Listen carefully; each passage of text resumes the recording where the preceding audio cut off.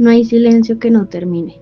Con esas palabras tituló Ingrid Betancourt el libro en el que relató su cautiverio, sus pensamientos más oscuros y la esperanza que nunca se rindió. Esa frase no solo nombra su historia, sino también la de miles de colombianos que vivieron el horror del secuestro. Febrero de 2002. Colombia estaba sumida en el conflicto armado, en medio de promesas de paz, divisiones políticas y zonas dominadas por la guerrilla de las FARC. Una candidata presidencial desafió el miedo para llevar su mensaje de cambio. Su nombre, Ingrid Betancourt. Lo que comenzó como un viaje de campaña se transformó en una historia de resistencia. Ese es el relato de una mujer, de un país y de cómo el silencio puede romperse incluso en la profundidad de la selva. Para entender lo que ocurrió a Betancourt hay que comprender el contexto. Colombia llevaba décadas de conflicto armado. Las FARC operaban con fuerza en zonas rurales remotas y controlaban rutas, poblaciones y, lamentablemente, empleaban el secuestro como arma política y financiera. Ingrid Betancourt era una figura pública visible. Había fundado el Partido Verde Oxígeno y denunciaba la corrupción.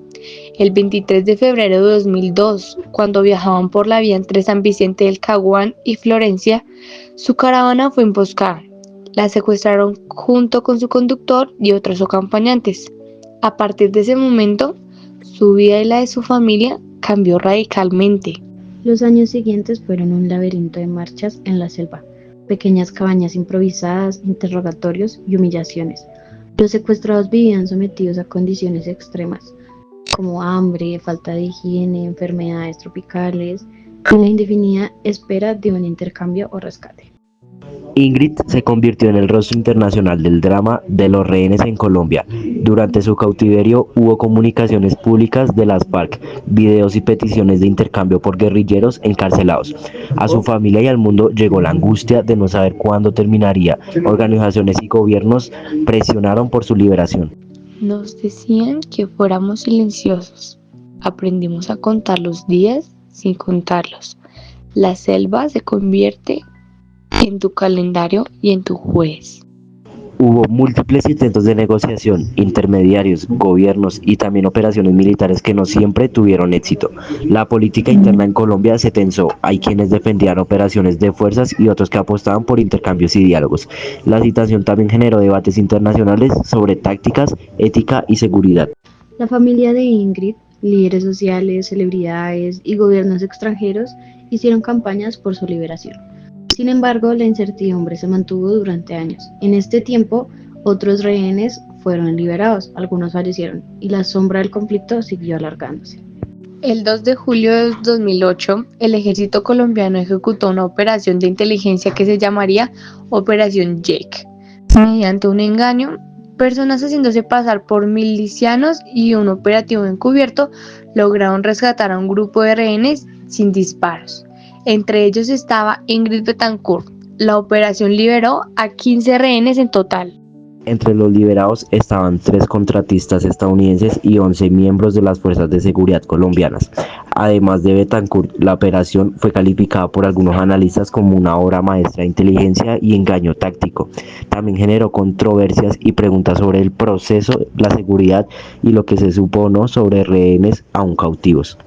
Las imágenes de Betancourt descendiendo del helicóptero con ropa usada y una mezcla de incredulidad y alivio en el rostro dieron la vuelta al mundo. Fue el final de 6 años y medio de cautiverio.